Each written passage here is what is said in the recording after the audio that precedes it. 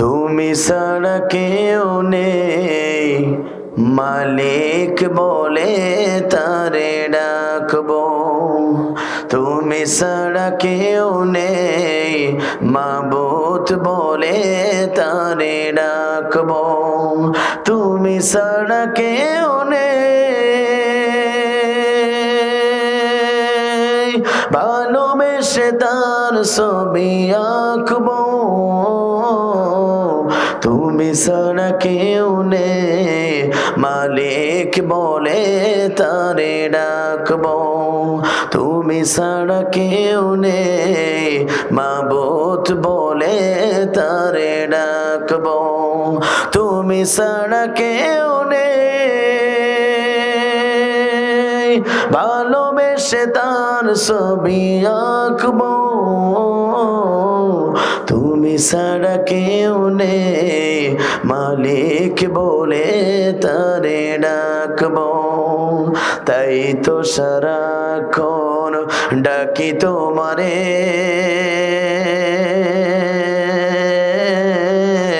ভালোবেসে কাছে টেনে নাও আমারে, তাই তো সারাক্ষণ ডাকি তোমারে, ভালোবেসে কাছে টেনে নাও আমারে, এ মনের গহীনে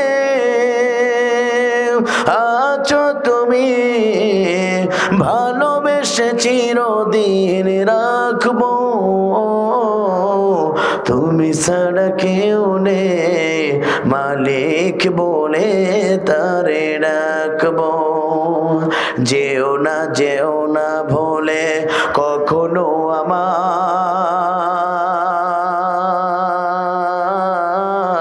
ভালোবেসে কাছে টেনে নাও যে আমার, কথা বলুন ঠিক না বেটে, যেও না ভুলে কখনো আমায়, পারবো না কবু আমি হারাতে তোমায়, এ মনের গহীনে আছো তুমি, চিরদিন জানো তুমি থাকবে, তুমি ছাড়া কেউ নেই মালিক বলে তারে ডাকবো, তুমি ছাড়া কেউ নেই ভালোবেসে তার ছবি আঁকবো, তুমি ছাড়া কেউ নেই মালিক বলে তারে ডাকবো। চিৎকার করে বলেন মারহাবা।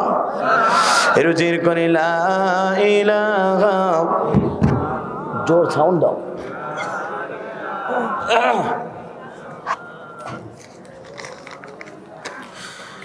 লা ইলাহা সুবহানাল্লাহ আলহামদুলিল্লাহ, লা ইলাহা সুবহানাল্লাহ আলহামদুলিল্লাহ, লা ইলাহা, আসমানে আল্লাহ জমিনে আল্লাহ, হায়াতে আল্লাহ মাউতে আল্লাহ, লা ইলাহা সুবহানাল্লাহ আলহামদুলিল্লাহ, লা ইলাহা। কুরআন আমাদের সংবিধান, ওরাও সবাই তার বিজয় নিশান। কথা বলুন ঠিক না ঠিক? আপনার আমার সংবিধানের নাম কি? কারা কারা মুসলমান দুহাত তুলে আল্লাহকে দেখান। আমরা জাতিতে মুসলমান, আমাদের জীবন গ্রন্থ নামাজ আল্লাহর কোরআন, আমাদের অবশ্যই আল্লাহ, আমাদের নেতা হচ্ছে জনাবে মুহাম্মদ রাসূলুল্লাহ সাল্লাল্লাহু আলাইহি ওয়াসাল্লাম। কথা বলুন ঠিক না ঠিক?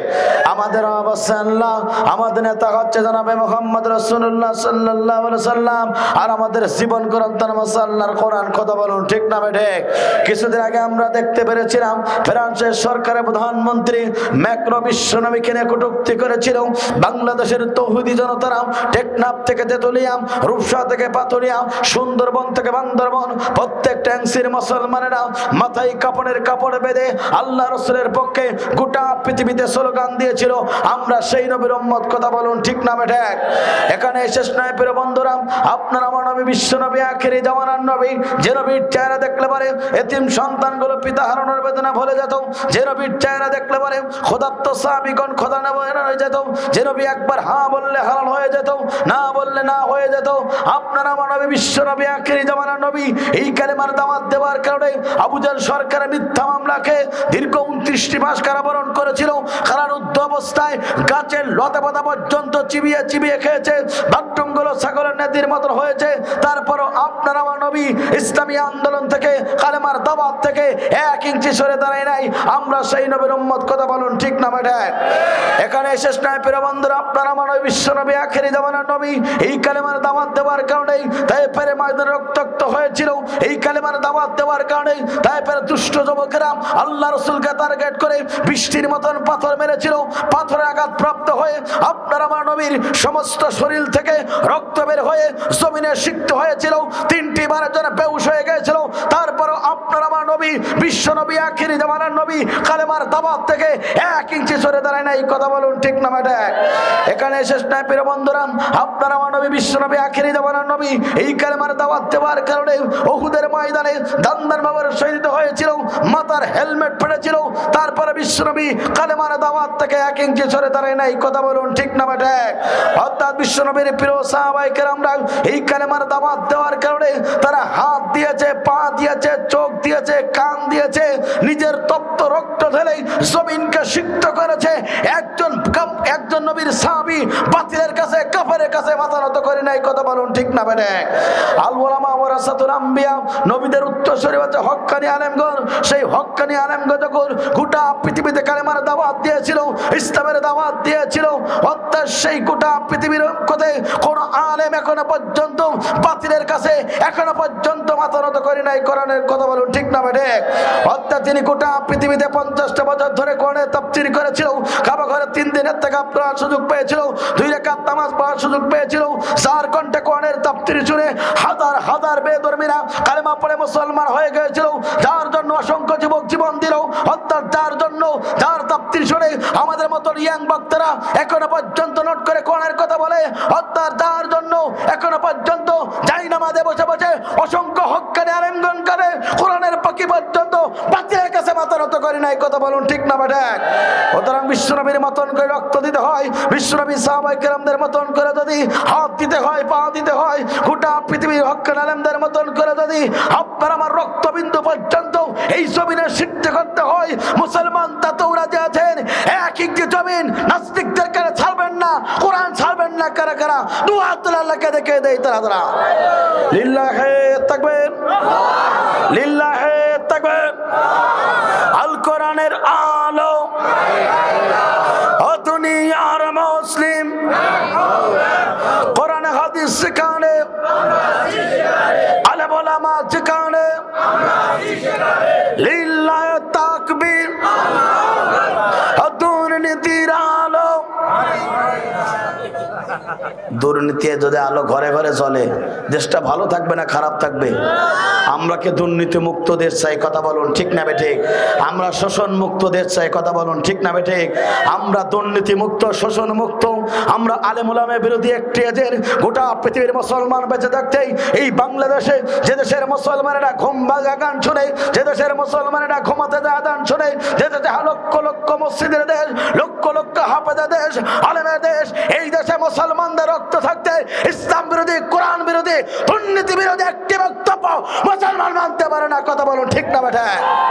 সুতরাং আমরা কোরআনের পক্ষে থাকতে চাই কিনা? কারা কারা থাকতে চাই? 2 হাত তুলে আল্লাহকে দেখান। লিল্লাহি তাকবীর। এমন হাত ওঠালে হবে, জোরে ওঠান। আপনার জোর আছে তো? লিল্লাহি তাকবীর। হাতটা নাড়ান তো সুন্দর দেখেন, কারণ নাক টাকা বদল ভাই ফেলেন না। সুন্দর সুন্দর। আবার হাত উঁচু করেন। এটা আমার সাথে আমি যেভাবে করবো আপনার লিল্লাহে তাকবীর, আল কোরআনের আলো, লিল্লাহে তাকবীর। ডাক নারান জি, আপনাদের ঘুম পাচ্ছিল এই জন্য ঠিক করে নিলাম। খুশি না বেজার?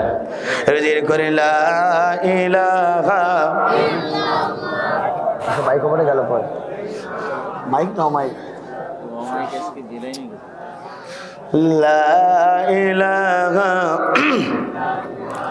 ও সুবহানাল্লাহ আলহামদুলিল্লাহ লা ইলাহা লা ইলাহা ইল্লাল্লাহু মুহাম্মাদুর রাসূলুল্লাহ সাল্লাল্লাহু আলাইহি ওয়াসাল্লাম।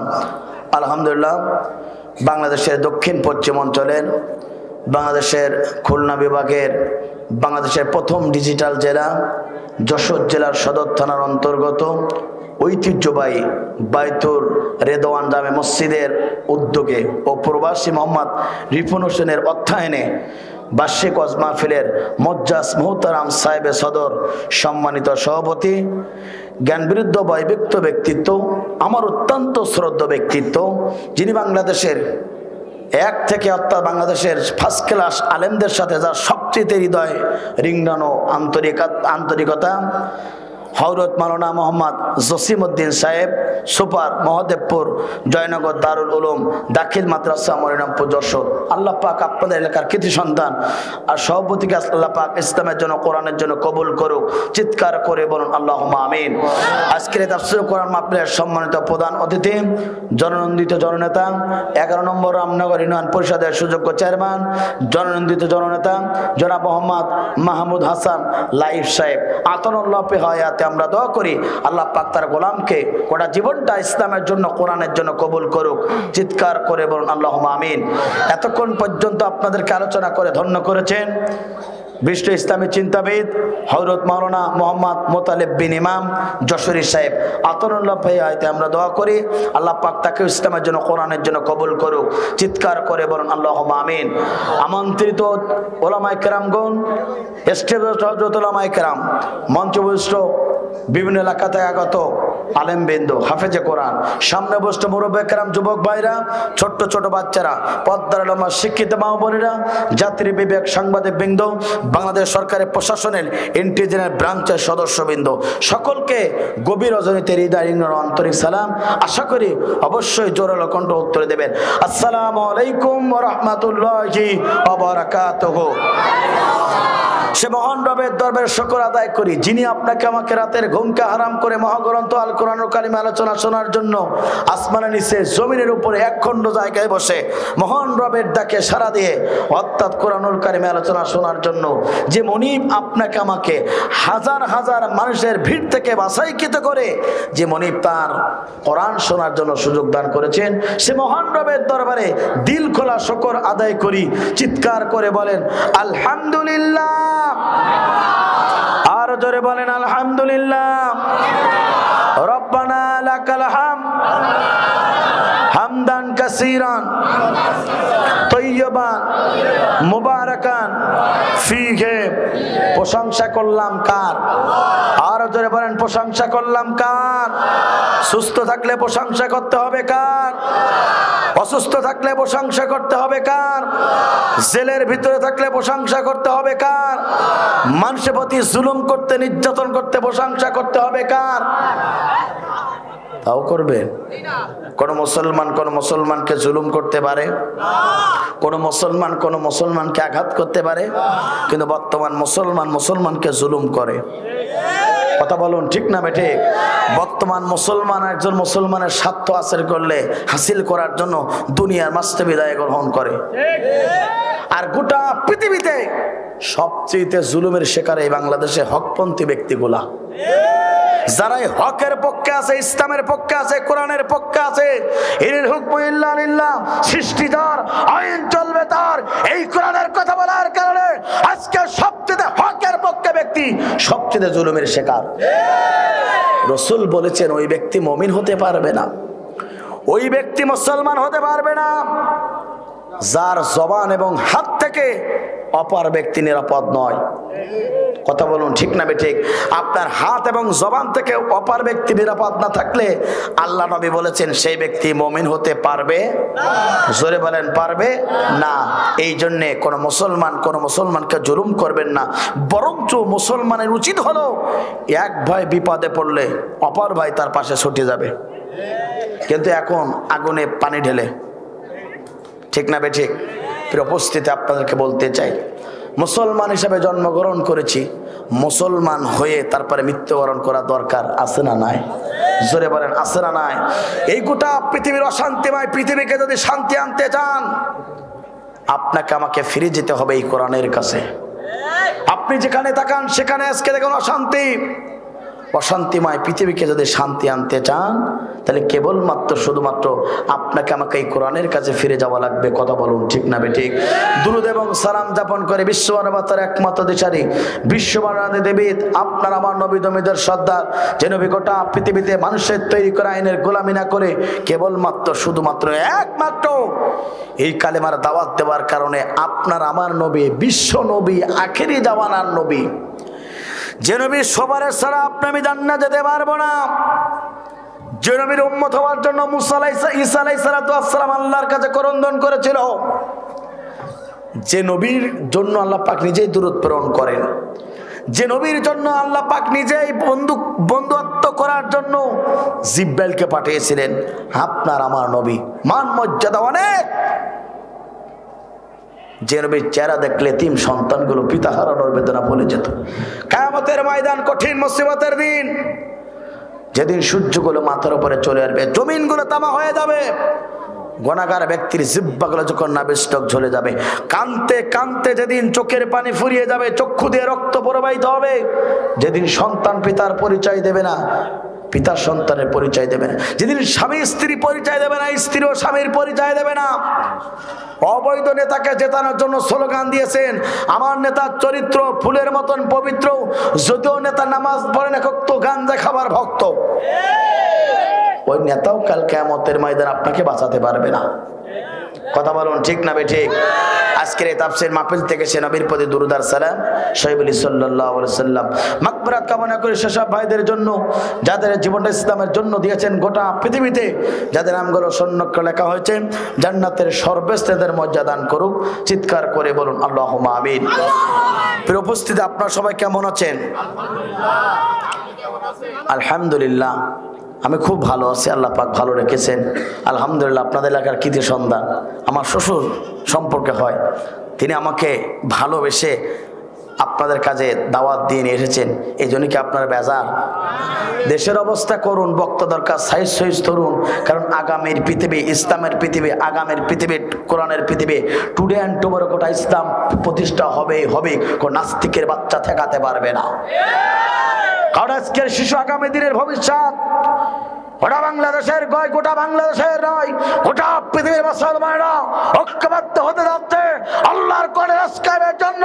বিন্দু বিন্দু রক্ত জমিনে সিক্ত করবে, কোন নাস্তিকের বাচ্চার এক ইঞ্চি মুসলমান ছেড়ে দেবে না, কারণ আমরা কার গোলাম? জোরে বলুন কার গোলাম?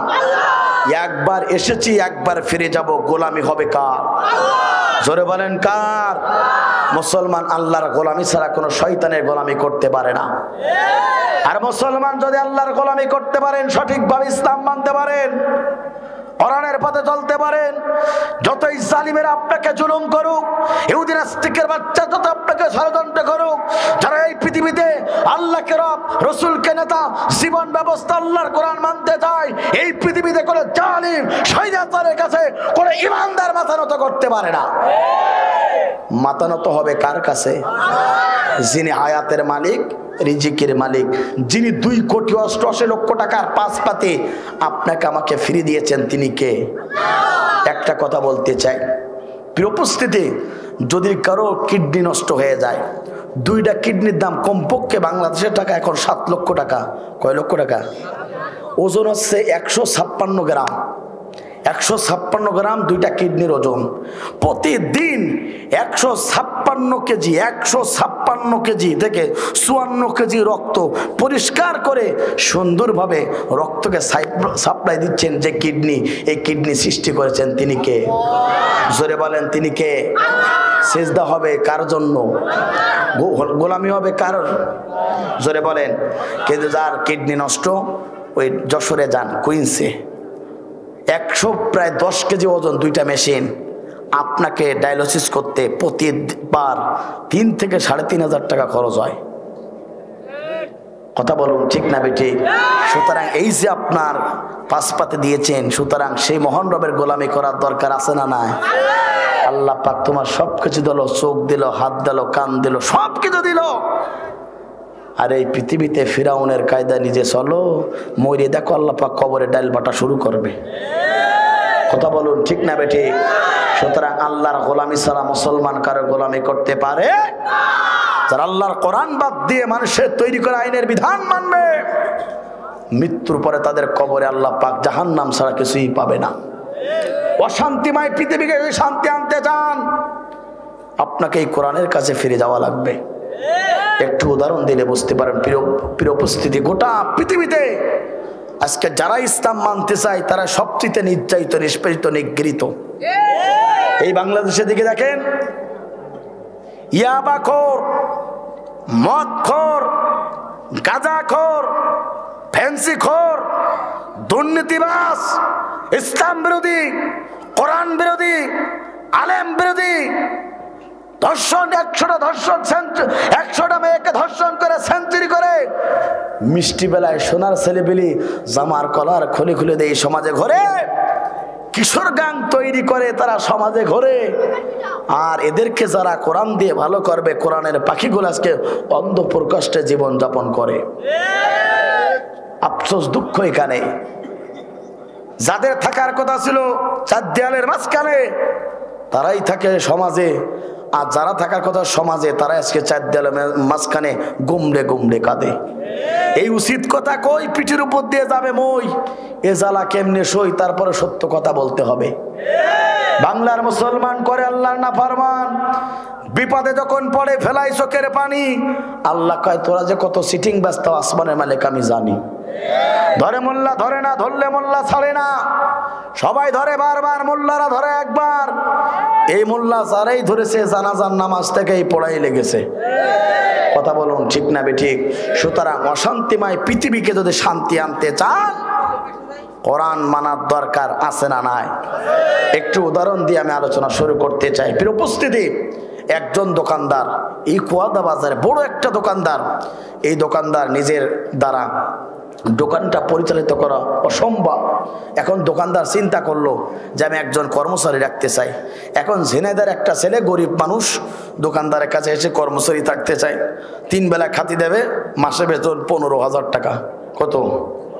বাংলাদেশে তখন অর্থনৈতিকভাবে গরিব মানুষের দুর্নীতি, গরিব মানুষের জুলুম চলছে। কথা বলুন ঠিক না বেঠে?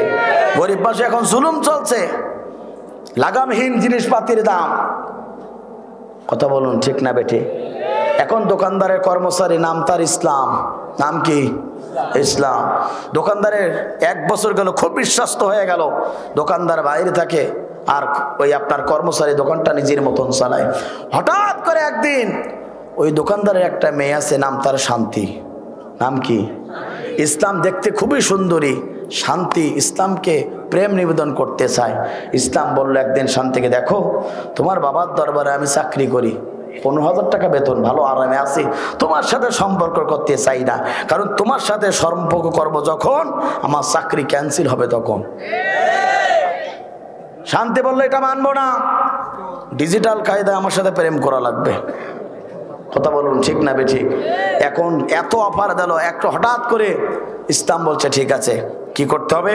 তোমার বাবার দরবার থেকে আমাকে নিয়ে চলে যেতে হবে। ইসলাম বলল না, তা পারবো না। হঠাৎ করে একদিন দোকানদার জেনে গেল নিজের মেয়ের সাথে নিজের কর্মচারী প্রেম নিবেদন করেছে। এখন সকাল সকাল ঘুম থেকে উঠে চলে গেল কুয়াদা বাজারে। দোকানদার ইসলামকে বলছে, ইসলাম তাড়াতাড়ি আসো বাজারে। আসলো বাজারে, দোকানপাটে খোলার পরে কাছে চলো দোকানের পিছনে নিয়ে যাওয়ার পরে এরকম সুন্দর একটা মেহগনি গাছ পিঠ মোড়া দিয়ে বাঁধতেছে, বড় একটা মেরুগণের ডাল ভাঙলো, মাথা থেকে পা পর্যন্ত মেরে সাইজ করে ফেললো, রক্তাক্ত করে ফেললো। ইসলাম বলছে মারো কে? কয় তুমি বোঝো না, আমার মেয়ের সাথে প্রেম নিবেদন করে আমার মুখটা নিচে চলে যাচ্ছে, আর তুমি আমার সাথে আর কি মারো?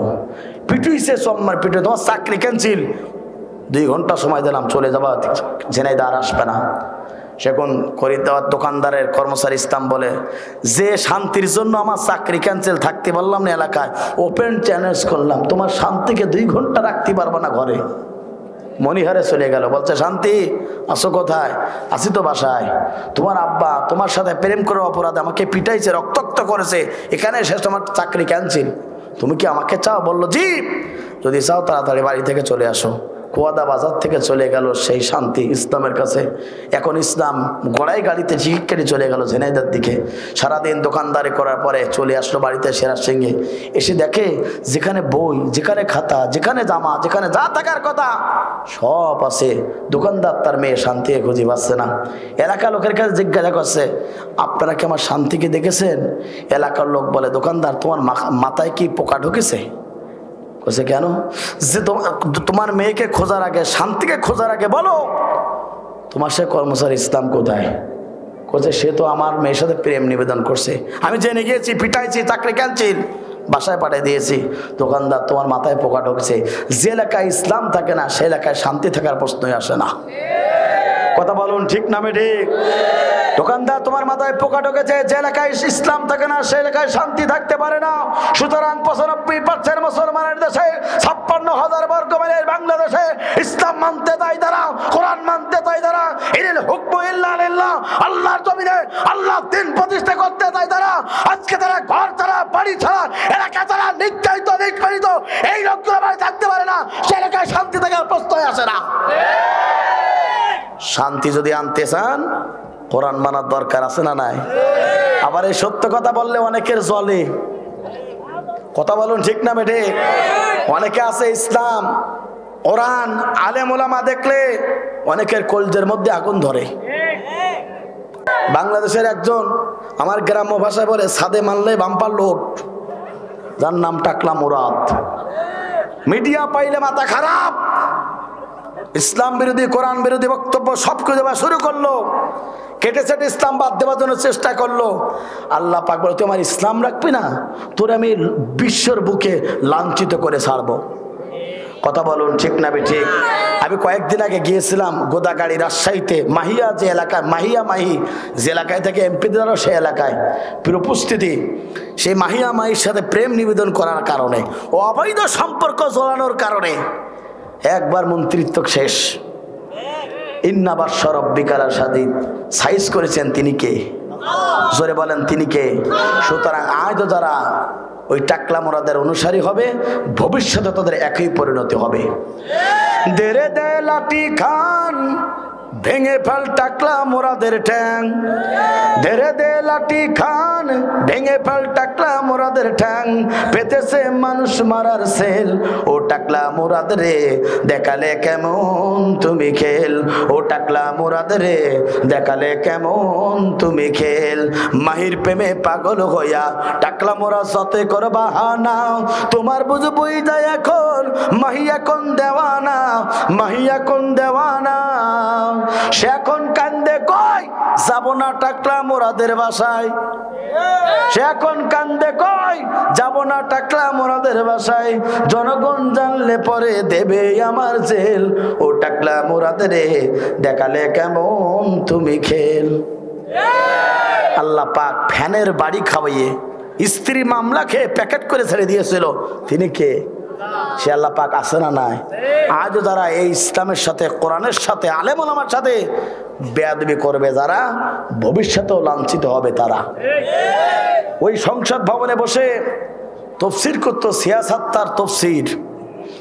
রাত 12টার পরে উলাঙ্গ বেহাপানার মতন সমস্ত জামা কাপড় খুলে এদেশের যুবকদের মানে শিকড় কাটার জন্য চেষ্টা করতো, যিনি বড় বড় বক্তব্য দিত, আল্লাহ পাক সাইজ করে দিল।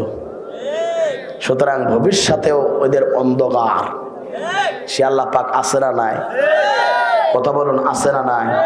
উপস্থিতি। এই জন্য কোরআন মানতে হবে, ইসলাম মানতে হবে। কোরআন আছে যেখানে শান্তি আছে যেখানে, কথা বলুন ঠিক না বেঠিক? আর মা বোনদের সম্পর্ক কিছু বলা দরকার, ওরাই তখন দেশের সরকার। আমি যখন বাড়িতে যাই, আমি গভীর রাজতে বাড়ি গেলে আমার স্ত্রীকে বলি এক গ্লাস পানি দাও, আমাকে ডায়লগ দেয় পারলে ঘেলে খাও। আমি বলি এ কথা বলো কেন, তুমি আমার বউ না? আমাকে বলে হলে কি হবে, এখন আমরা প্রধানমন্ত্রী, আগে ছিলাম ভোটে, এখন বিনা ভোটে জোর এখন বেশি। বুঝতে পারছেন? মানে আমার স্ত্রী আমাকে ডায়লগ দেয়, কেউ রাজনীতি মনে করবে না, এটা শোনাই দিলাম। উপস্থিতি আফসোস দুঃখ এখানে, মুসলমান এখন সঠিকভাবে ইসলাম মানতে পারছে না। তারপরও কোরআন মানার দরকার আছে না নাই? আমার বন্ধুরা তাহলে লক্ষ্য করুন, কাম টু মাই পয়েন্ট। গভীর রজনীতে আপনাদের সম্মুখে কোরআনের কথা বলতে চাই। আপনারা আমার আত্মীয় আর আমিও আপনাদের আত্মীয়, পরিচয় দিলে ঘরে ঘরে চলে যাবে, এই জন্য বেশি দেরি করতে চাই না। কাম টু মাই পয়েন্ট, গুরুত্বপূর্ণ কথা শুরু করতে চাই। আপনি আমি এসেছি কোরআন শোনার জন্য, আপনি আমি এসেছি আল্লাহর ইসলাম মানার জন্য, আপনি আমি এসেছি কোরআন শুনে জীবনের বাস্তব জীবনে এই কোরআন মানার জন্য, কথা বলুন ঠিক না বেঠিক? সেই মহান রব আল্লাহ রাব্বুল আলামিন কোরআনুল কারীমের ভিতরে ঘোষণা করলেন, যারা আসলে কোরআনের ময়দানে এই ব্যক্তিগুলো মুমিন হয়ে যায়। আর মুমিন ব্যক্তির সম্মুখে যখন কোরআনের কথা বলা হয়, মুমিন ব্যক্তির দুইটা উপকার হয়। একবার জোরে জোরে বলুন আল্লাহু আকবার। এই নেন করকরে মজবুত আল্লাহ রাব্বুল বলেন, ইন্নামাল মুমিনুনা আল্লাযীনা ইযা যুকিরাল্লাহু ওয়াজিলাত কুলুবুহুম ওয়া ইযা তুলিয়াত আলাইহিম আয়াতুহু যাদাতুহুম ঈমানাও ওয়া আলা রাব্বিহিম ইয়াতাওয়াক্কালুন।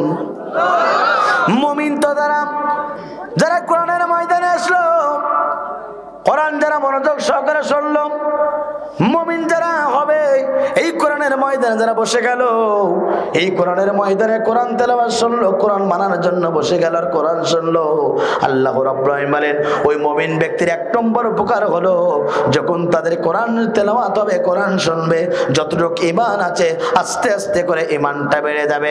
একবার জোরে জোরে বলুন আল্লাহু আকবার। কোরআন শুনলে ঈমান বাড়ে। আমার বন্ধুরা, বিশ্বনবীর জবান থেকে কোরআন তেলাওয়াত শুনেছিল আব্দুল গোলাম, বিশ্বনবীর জবান থেকে কোরআন তেলাওয়াত শুনেছিল পৃথিবীর দ্বিতীয় খলিফা হযরত ওমর রাদিয়াল্লাহু তাআলা। আবু জেল্লার মতন শয়তানি বাড়ে এমন চাচা সমাজে আছে না নাই? আপনাদের সমাজে নাই? এবং আবু জাহেলের বাচ্চা গোটা পৃথিবীতে থাকবে, কথা বলুন ঠিক না বেঠিক? আমার বন্ধুরা, দ্বিতীয় নম্বর উপকার হলো ওই মুমিন ব্যক্তিরা দুনিয়ার কোনো স্বৈরাচারের কাছে মাথা নত করে না, একমাত্র শুধুমাত্র কেবলমাত্র তারা আল্লাহর প্রতি ভরসা করে, কারণ তাদের রব আল্লাহ, আইনদাতা আল্লাহ, রিজিকদাতা আল্লাহ, তাদের সবকিছু আল্লাহ। সুতরাং কোন মুসলমান এক আল্লাহর কাছে গোলামি ছাড়া পৃথিবীর কোন মানুষের কাছে মুসলমান সঠিক ইমানদার মাথা নত করতে পারে না, কথা বলুন ঠিক না বেঠিক? আমার বন্ধুরা, এই জন্য কোরআন আল্লাহ রাব্বুল আলামিন কোরআনুল কারীমের ভিতর অন্যতে বলেন, ওয়াজাক্কির ফান্না যিকরাতান বাউল মুমিনিন। হে নবী, কোরআন দিয়ে ওয়াজ করো, এই কোরআন দিয়ে ওয়াজ করলে মুমিন ব্যক্তির উপকার আসবে। একবার জোরে জোরে বলুন আল্লাহু আকবার। আর যারা জালেম থাকবে, স্বৈরাচার থাকবে, তাদের অন্তরের ভিতরে খারাপ লাগবে। এমনকার সমাজে আছে না নাই? জোরে বলেন আছে না নাই? আমার বন্ধুরা, তাহলে লক্ষ্য করুন, যুগে যুগে যারা দিনের কাজ করেছে, যুগে যুগে যারা কোরআনের কথা বলেছে, যুগে যুগে যারা হকের পক্ষে কথা বলেছে, আল্লাহ পাক তাদেরকে সম্মানিত করেছে। সুতরাং আপনি আর আমি এসেছি দুনিয়ার সবচেয়ে বড় মঞ্চে। এই কোরআনের পক্ষে থাকবে যারা, ইসলামের পক্ষে থাকবে যারা, আল্লাহর জমিনে আল্লাহ দ্বীন প্রতিষ্ঠায় কাজ করতে পারবে যারা, অর্থাৎ এই জমিনে এই কোরআনকে ভালোবাসবে যারা, দুনিয়া এবং আখিরাতে আল্লাহ পাক তাদেরকে সম্মানিত করবে। একবার জোরে জোরে বলুন আল্লাহু আকবার। আর যারা এই জমিনে এই কোরআনের বিরোধিতা করবে, ইসলামের বিরোধিতা করবে, আলেম ওলামার বিরোধিতা করবে, আল্লাহর কোরআন বলে তাদেরকে দুনিয়াতে লাঞ্ছিত অপমানিত করে মৃত্যুবরণ করবে। কথা কার? জোরে বলেন কার? আমার বন্ধুরা, কেমন সম্মান একটু লক্ষ্য করুন। আপনি আমি এখন দুনিয়ার কোন মেহমান নয়, আপনি আমি এখন ডাইরেক্ট আল্লাহর মেহমান। রাসূল বলেছেন যারা কোরআনের ময়দানে আসে তারা হয়ে যায় আল্লাহর মেহমান, আল্লাহর পরিবারভুক্ত। শুধু এখানেই শেষ নয়, যারা কোরআনের মঞ্চে এসেছেন আল্লাহ নবী বলেছেন তাদের তামাম জীবনের গুনাহ খাতা আল্লাহ রাব্বুল আমিন মাফ করে দেবে। খুশি না বেজা? আপনার আমার গুনাহ খাতা যদি আল্লাহ পাক মাফ করে কোনো সওয়াব পাওয়া থাকতে পারে না। ফের উপস্থিতি, সেই কোরআনুল কারীম থেকে কিছু কথা আপনাদেরকে শোনাতে চাই। আমরা মৃত্যুর পরে কেউ জাহান্নামে যেতে চাই না, সকলেই জান্নাতের পাগল, ঠিক না বে ঠিক? কেউ আমরা ক্ষতিগ্রস্ত হতে চাই না, সবাই লাভের পাগল। যারা এই সমাজে আছে তারা সবাই লাভের পাগল, কেউ ক্ষতিগ্রস্ত হতে চায়। কিন্তু আল্লাহর কোরআন বলছে আপনার জীবনে কয়েকটা কর্মসূচি যদি থাকে, আপনি জান্নাত প্রত্যাশী চাইবেন, জান্নাত পাবেন না, জাহান্নামে যাবেন, আপনি ক্ষতিগ্রস্ত ব্যক্তির ভিতরে অন্তর্ভুক্ত হয়ে যাবেন। এই কথা আমার না আল্লাহর? জোরে বলেন কার? আমার বন্ধুরা, তাহলে লক্ষ্য করুন, আজকের যে বিষয়ের উপর কথা বলতে চাই, আপনি আমি মুমিন হতে চাই, আপনি আমি ক্ষতি থেকে বাঁচতে চাই। কিন্তু এই জমিনে আছে অনেক ব্যক্তি নামাজ পড়বে, রোজা রাখবে, হজ করবে, যাকাত দেবে, এরপরে দুনিয়াতে মসজিদ করবে, মাদ্রাসা করবে, অনেক কিছু করবে, কিন্তু মৃত্যুর পরে এমন কিছু কর্মসূচি দুনিয়াতে বাস্তবায়ন করে গেল যার কারণে ওই ব্যক্তিরা মৃত্যুর পরে জাহান্নামে সবচেয়ে ক্ষতিগ্রস্ত হবে। কথা বলুন ঠিক না বেঠিক? এটা আমার কথা, আল্লাহর কোরআনুল কারীমের কথা। 1 নম্বর পয়েন্ট হলো মৃত্যুর পরে ওই ব্যক্তিগুলো সবচেয়ে ক্ষতিগ্রস্ত হবে। এটা আমার কথা, আল্লাহর কোরআন বলেন, ওয়া মাইয়াবতাগি গায়রাল ইসলামি দীনান ফালাই ইকবালা মিনহু ওয়া হুয়া ফিল আখিরাতি মিনাল খাসিরিন। আল্লাহ পাক বলেন, যারা এই দুনিয়াতে আল্লাহর ইসলামকে বাদ দিয়ে যারা মানুষের তৈরি করে ইসলাম মেনে এই দুনিয়াতে শান্তি তালাশ করবে, আল্লাহর কোরআন বলে শান্তি পাবে না, মৃত্যুর পরে তারা সবচেয়ে ক্ষতিগ্রস্ত ব্যক্তির ভিতরে অন্তর্ভুক্ত হবে। এই কথা কার? এই দুনিয়াতে 2 ইসলাম চলে। কয় ইসলাম? একটা হচ্ছে আল্লাহর ইসলাম কোরআন, আরেকটা হচ্ছে মানুষের তৈরি করা ইসলাম আব্রাহাম লিঙ্কনের। এই জমিনে আল্লাহর ইসলাম প্রতিষ্ঠার জন্য কাজ করে অনেকেই, তারাই করে সঠিক কাজ। আর আল্লাহর ইসলাম বাদ দিয়ে যারা মানুষের তৈরি করা ইসলাম মানে, খোদার কসম মৃত্যুর পরে তারা সবচেয়ে ক্ষতিগ্রস্ত ব্যক্তি হবে। কথা বলুন ঠিক না বেঠিক? এখন আপনি আপনার বিবেকের কাছে প্রশ্ন করুন, আপনি আল্লাহর ইসলাম মানবেন না মানুষের তৈরি করা ইসলাম মানবেন? আল্লাহর ইসলাম মানতে চান কারা? 2 হাত তুলে আল্লাহকে দেখান। লিল্লাহে তাকবীর, লিল্লাহে তাকবীর। আল কোরআনের আলো দুনিয়ার মুসলিম, লিল্লাহে তাকবীর। আত্মান। তাহলে আমরা আল্লাহর ইসলাম মানতে চাই, কারণ এই ইসলাম মানলে শান্তি, এই ইসলাম মানলে মুক্তি, এই ইসলাম মানলে জান্নাত, এই ইসলাম মানলে কোনো টেনশন থাকবে না। আর আল্লাহর ইসলাম বাদ দিয়ে তুমি মানুষের তৈরি করে ইসলাম মানবা, খোদার কসম জাহান্নাম ছাড়া জান্নাত পাবা না। আমার বন্ধুরা লক্ষ্য করুন, তাহলে ওই ব্যক্তিগুলো মৃত্যুর পরে সবচেয়ে জাহান্নাম সবচেয়ে ক্ষতিগ্রস্ত হবে যারা দুনিয়াতে আল্লাহর ইসলাম মেনেছিল আর এই পৃথিবীতে আল্লাহর ইসলাম পছন্দ করে দিয়েছেন। তিনি কে? আল্লাহ পাক সেটাও বলেন, ইন্নাদ-দীনা ইনদাল্লাহিল ইসলাম। আল্লাহর কাছে একমাত্র শুধুমাত্র কেবলমাত্র পূর্ণাঙ্গ জীবন ব্যবস্থার নাম হচ্ছে ইসলাম। ইসলামী the complete code of life, পূর্ণাঙ্গ জীবন ব্যবস্থায় যাবে আল্লাহ পাক এই কোরআনকে দিয়েছেন। সুতরাং এই জমিনের মালিককে, আরো জোরে বলেন, ওই মসজিদের মালিককে। মসজিদে কোন ইসলাম চলে? আরো জোরে বলেন। মসজিদে আল্লাহর ইসলাম চলে, তাই শান্তি পাওয়া যায়। কোন মারামারি গুতুগুতি আছে নাকি? আছে? এখন নাবিল আহমেদ এখানে এমপি, কয়েকদিন আগে অর্থাৎ 17 তারিখে একই জায়গায় বসে আমার আলোচনা শুনেছেন।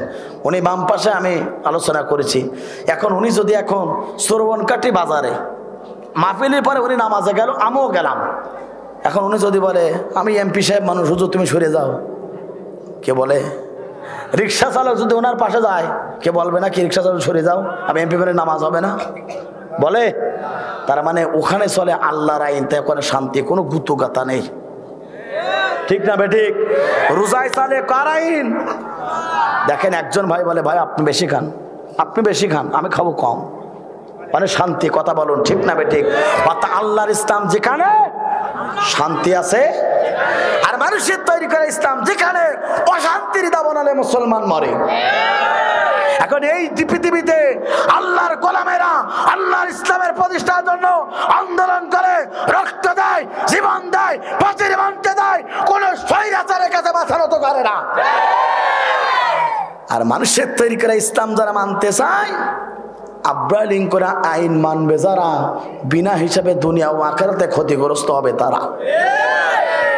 আমার বান্দারা লক্ষ্য করুন, এই পৃথিবীতে দুইটা দায়িত্ব দেয় নবী রাসূলদের আল্লাহ রাব্বুল আমিন প্রেরণ করেছিলেন।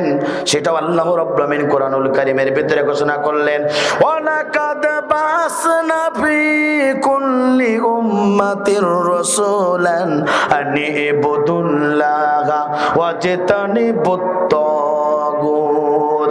চিৎকার করে বলুন আল্লাহু আকবার। অর্থাৎ এই পৃথিবীতে নবী রাসূলদের প্রথম নম্বর দায়িত্ব ছিল এই দুনিয়াতে আল্লাহর গোলামি হবে, অর্থাৎ মসজিদ হবে আল্লাহর গোলামি, হজ হবে আল্লাহর গোলামি, রোজায় হবে আল্লাহর গোলামি। লিল্লাহি মা ফিস সামাওয়াতি ওয়াল আরদ, আসমান এবং জমিনের একচ্ছত্র ক্ষমতার মালিক আল্লাহ। তাবারাকাল্লাযী বিয়াদিহিল মুলক, সমস্ত রাজত্বের মালিক আল্লাহ। আন্নাল কুওয়াতা লিল্লাহি জামিয়া, সমস্ত পাওয়ারের মালিক আল্লাহ। সুতরাং মসজিদ হবে আল্লাহর গোলামি, হজ হবে আল্লাহর গোলামি, রোজায় হবে আল্লাহর গোলামি। এই জমিনের মালিক আল্লাহ, এখানেও হবে আল্লাহর গোলামি। কথা বলুন ঠিক না বেঠিক?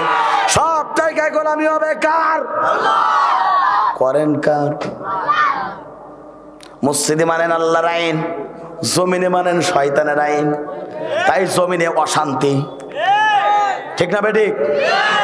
মসজিদে মানেন আল্লাহর আইন, অশান্তি নাই। জমিনে মানেন মানুষের তৈরি করা আইন, তাই অশান্তির দাবানলে মুসলমান মরে। তাহলে এই জমিনে শান্তি আনতে গেলে আল্লাহর ইসলাম দরকার কিনা? আর আল্লাহ পাক বলছে এই ইসলাম মানবে যারা, শান্তি টেনশন কিছু শান্তি পাবে, টেনশন করার কোনো দরকার নাই।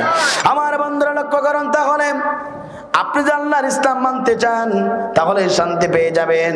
আমার বন্ধুরা, সেটা আল্লাহর কোরআন বলে এই পৃথিবী যারা মুমিন হবে, এই পৃথিবী যারা আল্লাহর গোলাম হবে, তারা আল্লাহর ইসলাম প্রতিষ্ঠার জন্য কাজ করবে। আর যারা শয়তানের তাবিদার হবে, শয়তানের অনুসার হবে, তারা শয়তানের আইন পাশ করার জন্য তারা স্লোগান দেবে। কথা বলুন ঠিক না বেঠিক? এই সমাজে কয়টা স্লোগান চলে? কথা বলেন। ইসলামের পক্ষের লোকেরা বলে আল্লাহর জমিনে আল্লাহর দ্বীন প্রতিষ্ঠা চলবে, আর কাফের মুশরিকরা বলে হবে না, মানুষের তৈরি করা বিধান মানবো। এই জন্য সমস্যা। কথা বলুন ঠিক না বেঠিক? যুগে যুগে যারা আল্লাহর ইসলাম মেনেছে তারাই শান্তি পেয়েছে, যুগে যুগে যারা আল্লাহর কোরআন মেনেছে তারাই শান্তি পেয়েছে, যুগে যুগে যারা এই ইসলাম মানতে গিয়েছে আল্লাহ পাক তাদেরকে পরীক্ষা নিয়েছে। কথা বলুন ঠিক না বেঠিক? আবার এই পৃথিবীতে যত বিধান আছে সমস্ত বিধান বাদ দিয়ে আল্লাহর বিধান সবচেয়ে বিজয় লাভ করাতে হবে, এই কথা আমার না আল্লাহর। আল্লাহ পাক সেটাও বলেন, হুয়াল্লাযী আরসালা রাসূলা বিল হুদা ওয়া দীনিল হক লিইয়ুযহিরাহু আলাদ-দীনি কুল্লিহি ওয়া লাহু কারিহাল মুশরিকুন। তিনি তো সেই সত্তা, তিনি তার নবী তার রাসূলকে এই পৃথিবীতে দিন সহকারে, সত্য দিন সহকারে, সত্য ইসলাম সহকারে এই পৃথিবীতে প্রেরণ করলেন। হে নবী, তোমার দায়িত্ব হলো গোটা পৃথিবীতে যত ইসলাম আছে, গোটা পৃথিবীতে যত বিধান আছে, সমস্ত বিধানগুলোকে ডাস্টবিনে ফেলাই দেয়া আল্লাহর জমিনে আল্লাহর ইসলামকে প্রতিষ্ঠার কাজ করতে হবে। এতেও মুশরিকরা অসন্তুষ্ট হয়, এ নবী তোমার যায় আসে না, তুমি আল্লাহর জমিনে আল্লাহর দ্বীনের কাজ করবে। কথা বলুন ঠিক না বেঠিক? নূহ আলাইহিস সালাতু ওয়াস সালাম তিনি দ্বীনের কাজ দিয়ে দাওয়াত দিয়েছিলেন। জাতির লোকেরা নূহ আলাইহিস সালাতু ওয়াস সালামের সাথে খারাপ আচরণ করেছিল। মিল্লাতা আবিকুম ইব্রাহিম হুয়া সাম্মাকুমুল মুসলিমিন, মুসলিম জাতির পিতা অর্থাৎ ইব্রাহিম আলাইহিস সালাতু ওয়াস সালাম তিনিও দ্বীনের দাওয়াত দিয়েছিল। নমরুদ তাকে পৃথিবীর মাঝ থেকে বিদায় করার জন্য আগুনের কুণ্ডুলির ভিতরে ফেলানো হয়েছিল।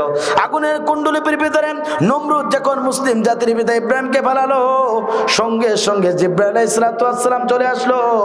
আসার পরে আমার বন্ধুরা মুসলিম জাতির পিতা ইব্রাহিমকে জিজ্ঞাসা করে, তুমি আমার কাছে সাহায্য চাও, আমার দুইটা ডানা মেরে দেবো যখন, আগুন ঠান্ডা হয়ে যাবে তখন।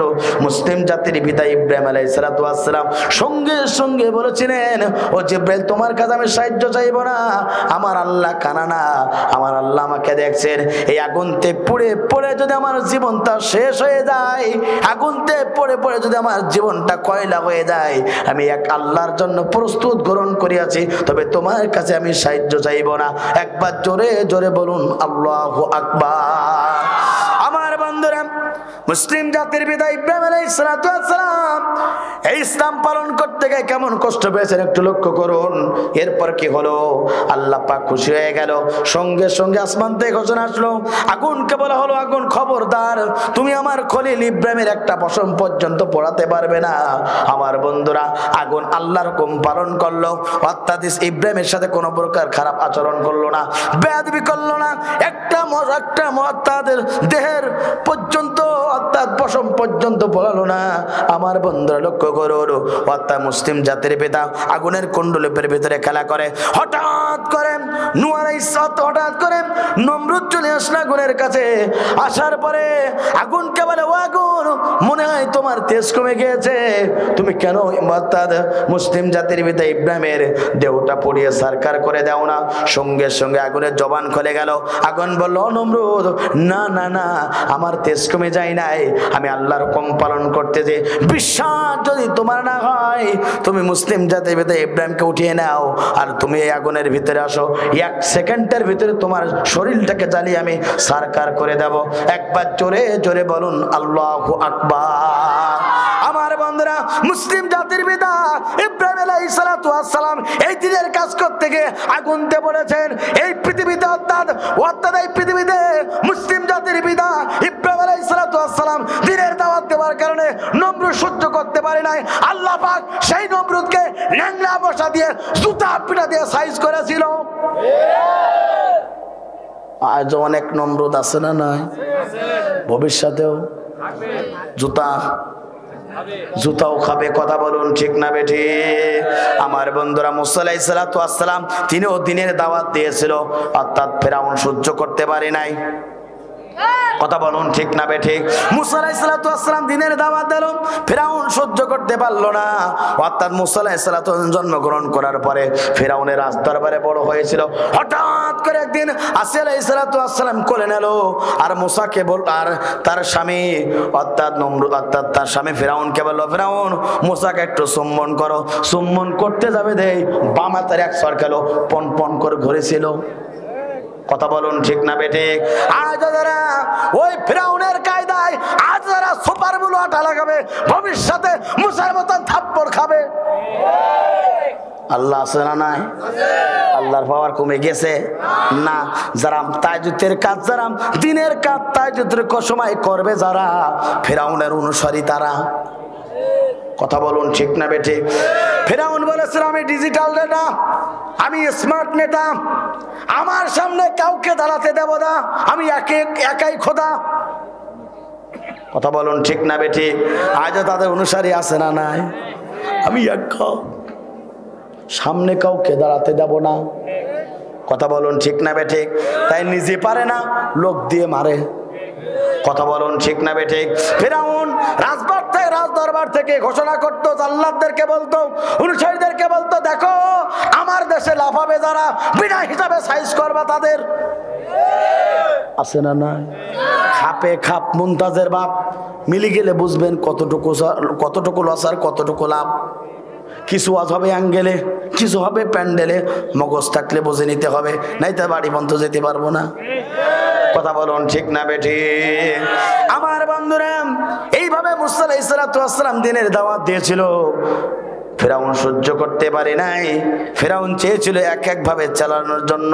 আজ দেখেন গোটা পৃথিবীতে ফেরাউনের খালাতো বোন, মামাতো বোন এখনো খুঁজে খুঁজে পাওয়া যায়। তারাও ঠিক সোফার বলো আটা লাগায়, একা একা চলতে চায়।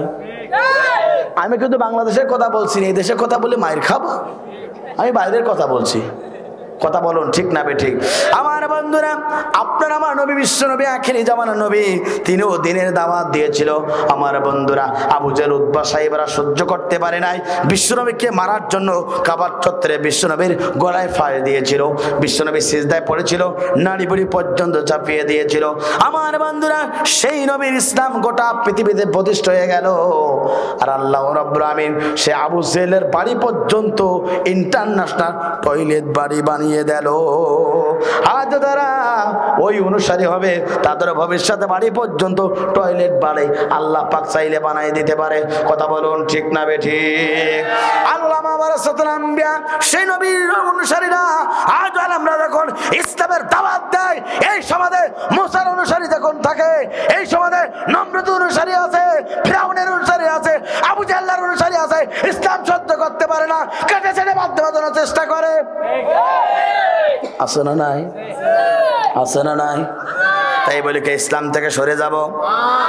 জীবন থাকবে যতদিন ইসলামের পক্ষে থাকবো ততদিন, জীবন থাকবে ততদিন জিহাদ ফিসাবিলিল্লাহর পথে থাকবো ততদিন, জীবন থাকবে ততদিন ইকামতের কাজ করবো ততদিন, জীবন থাকবে ততদিন আল্লাহর জমিনে আল্লাহর রাজ কায়েম করার জন্য যদি বিন্দু বিন্দু রক্ত দিতে লাগে, বুকের তপ্ত রক্ত ঢেলে জীবনটাকে সিক্ত করবো। কিন্তু নাস্তিকদের কাছে মুসলমান এই বর্গা দিতে পারে না। আমরা কার ইসলাম মানবো? আমার বন্ধুরা, যুগে যুগে ইসলাম মানার জন্য নবীর সাহাবী পর্যন্ত কষ্ট করেছেন। আমি একবার আল্লাহর নবীর প্রিয় সাহাবী আব্দুল্লাহ ইবনে হুযাফা বিশ্ব নবীকে বললেন, ইয়া রাসূলুল্লাহ, হাবিবাল্লাহ, আপনি ইসলামের চিঠিটা লিখে দেন তাড়াতাড়ি, আমি পারস্য সম্রাট কায়সারের কাছে ইসলামের দাওয়াত দিতে যাই। বিশ্ব নবী সুন্দর করে একটা চিঠি লিখলেন। এবার কি করলেন আমার বন্ধুরা? আব্দুল্লাহ ইবনে হুযাফা হাতের উপরে নিলেন, নেওয়ার পরে আস্তে আস্তে করে রওনা দিলেন পারস্য সম্রাট কায়সারের নিকটে। যাওয়ার পরে হঠাৎ করে যখন তিনি প্রবেশ করবেন, দেখলেন পারস্য সম্রাট কায়সার চেয়ার পেতে বসে আছে। এবার তার অনুসারীদেরকে বলছে, আমি পারস্য সম্রাট কায়সারের সাথে দেখা করতে যাই। সঙ্গে সঙ্গে সুযোগ দেওয়া হলো, আব্দুল্লাহ ইবনে হুযাফা চলে গেল পারস্য সম্রাট কায়সারের নিকটে। যাওয়ার পরে বলল, আমি নবীর পক্ষ থেকে এসেছি আপনার কাছে নবীর চিঠি পৌঁছে দেওয়ার জন্য। সঙ্গে সঙ্গে আব্দুল্লাহ ইবনে হুযাফা যখন চিঠিটা পারস্য সম্রাট কায়সারের নিকটে চিঠিটা দিল, সঙ্গে সঙ্গে সম্রাট কায়সার যখন দেখলেন এখানে অর্থাৎ বিসমিল্লাহ বলে চিঠিটা লেখা ছিল, কিছু কথা লেখা ছিল। এই কথা শোনার সঙ্গে সঙ্গে আব্দুল্লাহ ইবনে হুযাফার যে চিঠিটা পেয়ে গেল, পারস্যের সম্রাট কায়সারের মটকা গরম হয়ে গেল। আজ দেখেন সমাজে ইসলাম বেশি থাক চললে কিছু কিছু নেতার মটকায় সমস্যা আছে না নাই? আর জোরে বলেন আছে না নাই? আমার বন্ধুরা, সঙ্গে সঙ্গে পারস্য সম্রাট কায়সার বলল, আব্দুল্লাহ ইবনে হুযাফাকে গ্রেফতার করো অন্যায় ভাবে। ওই যে গোটা পৃথিবীতে অন্যায় ভাবে গ্রেফতার আছে না নাই? আমাদের দেশে নাই? আমাদের দেশে নাই? আমার বন্ধুরা, সঙ্গে সঙ্গে পারস্য সম্রাট কায়সারকে গ্রেফতার করা হলো। গ্রেফতার করার পর অন্ধ প্রকাশ্যে নিয়ে যাওয়া হলো। নবীর সাহাবীকে যখন গ্রেফতার করে অন্ধ প্রকাশ্যে নিয়ে যাওয়া হলো, গভীর রজনীতে কয়েকদিন পরে সম্রাট কায়সার চলে গেল আব্দুল্লাহ ইবনে হুযাফার কাছে। আব্দুল্লাহ ইবনে হুযাফাকে বলল, তুমি নবীর সাহাবী, ইসলাম প্রচারের জন্য আমার কাছে দাওয়াত এনেছিলে, তোমাকে গ্রেফতার করা হলো। তুমি যদি সুযোগ দেওয়া হোক, তুমি যদি কয়েকটা শর্ত মানতে পারো, তাহলে তোমাকে ছেড়ে দেওয়া হবে। এক নম্বর প্রস্তাবনা হলো, আমার দেশের যত সম্পদ আছে হাফ সম্পদ তোমাকে দিয়ে দেব, বিনিময়ে তুমি ইসলাম ছেড়ে দেবে, কালেমা ছেড়ে দেবে। দীপ্ত কণ্ঠে আল্লাহর নবীর প্রিয় সাহাবী আব্দুল্লাহ ইবনে হুযাফা বলল, জীবন চলে যাবে, তারপর আমি বাতিলের কাছে, সম্রাট কায়সারের কাছে মাথা নত করব না।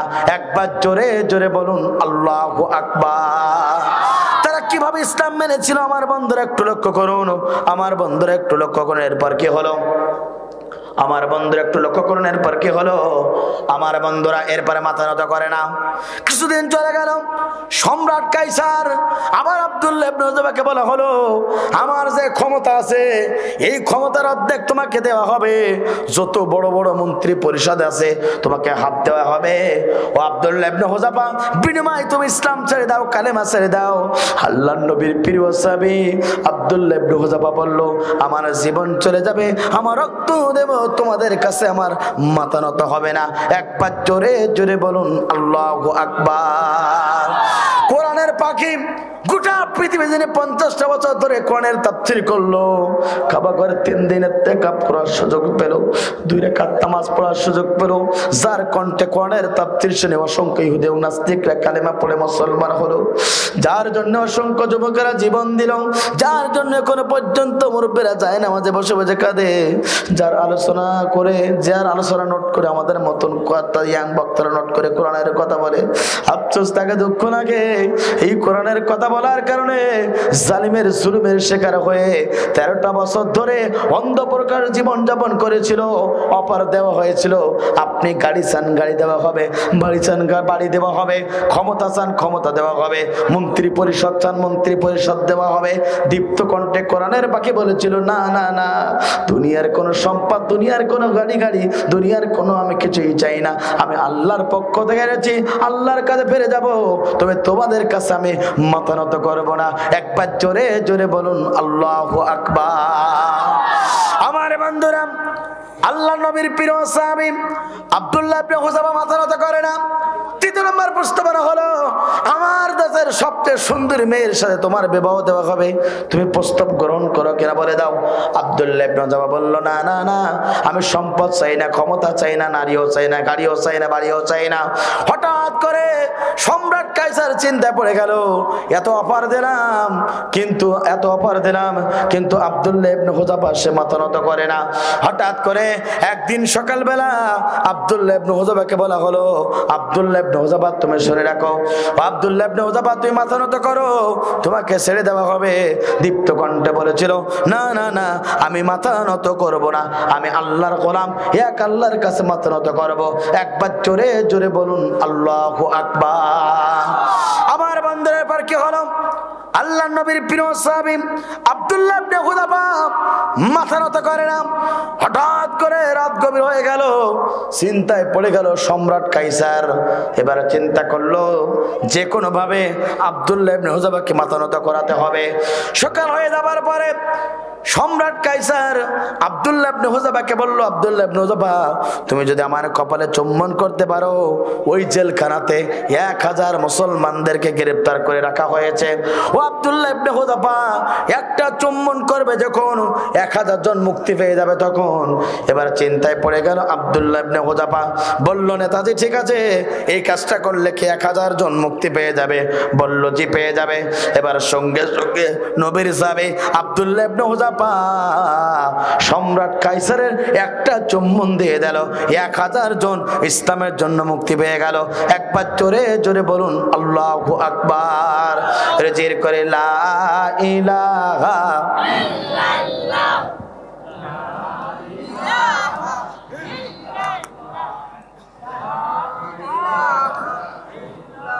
আপনাদের জিকিরের অবস্থা মনে হচ্ছে আপনারা সারাদিন খান নাই, বড় ক্লান্ত নিয়ে হুজুর আর 5 দিনে ছেড়ে দেন, তাড়াতাড়ি বাড়ি চলে যায়, এই অবস্থা নাকি?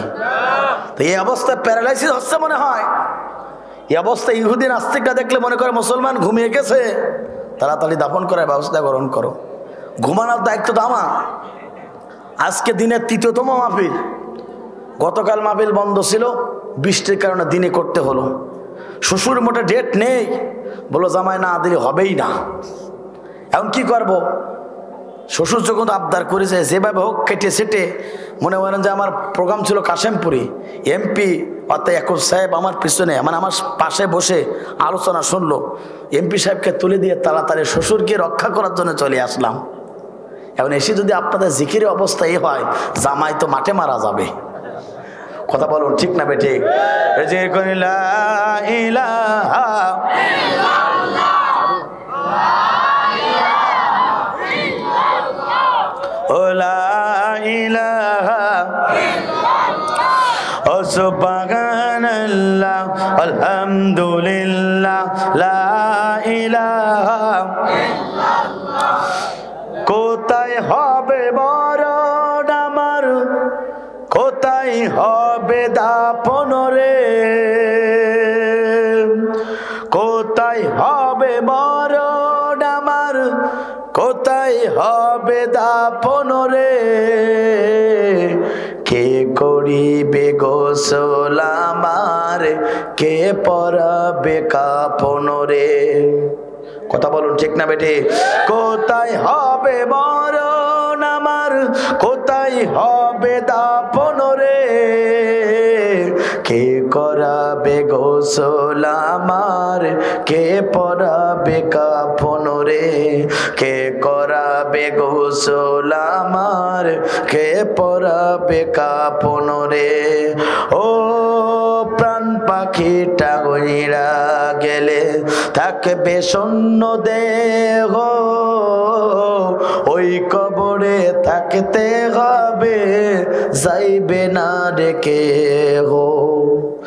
ও প্রাণ পাখিটা উইরা গেলে থাকবে শূন্য দেহ, ওই কবরে রাখবে একা, যাইবে না রেখে গো। স্বজন সুজন পর হবে সব ভোলা মন,